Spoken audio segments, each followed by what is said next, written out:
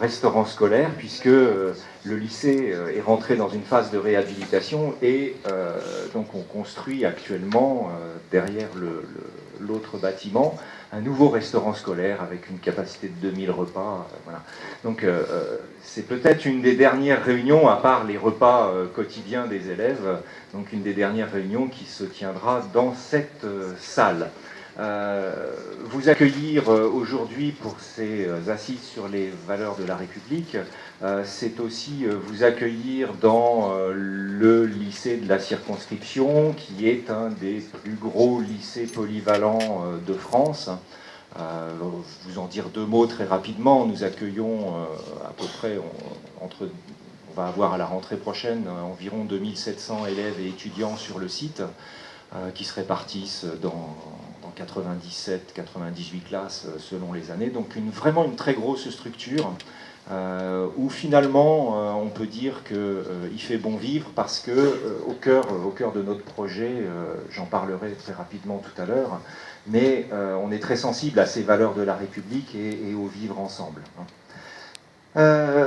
Vous adressez aussi des remerciements, parce que si vous êtes là ce soir, c'est sur la base du volontariat. Vous remerciez pour votre mobilisation pour ces assises, qui vont se passer en plusieurs étapes. Aujourd'hui, c'est la première étape, des assises vraiment locales, qui concernent donc la circonscription de Corbeil-Essonnes et du premier degré jusqu'au second degré.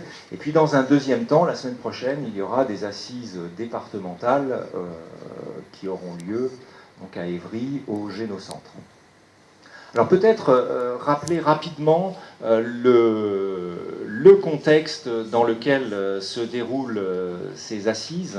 Elles ont été positionnées suite aux attentats qu'il y a eu en janvier 2015, qui ont été vécus évidemment comme une attaque contre les valeurs de la République, valeurs qui sont, je vous le rappelle, des valeurs ambitieuses, la liberté, l'égalité, la fraternité, et qu'évidemment on peut décliner à travers d'autres valeurs telles que l'égale dignité de tous les êtres humains, la souveraineté du peuple, la liberté de conscience, la liberté d'expression, l'égalité des chances, l'égalité de traitement garçon-fille, etc., etc., jusqu'à la notion évidemment de laïcité dont il est très souvent question, et de neutralité de l'État en matière religieuse.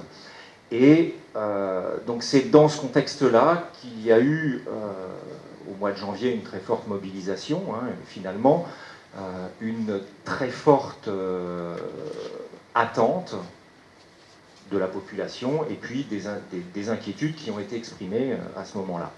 Et il y a une véritable volonté de l'école de s'emparer de ce sujet et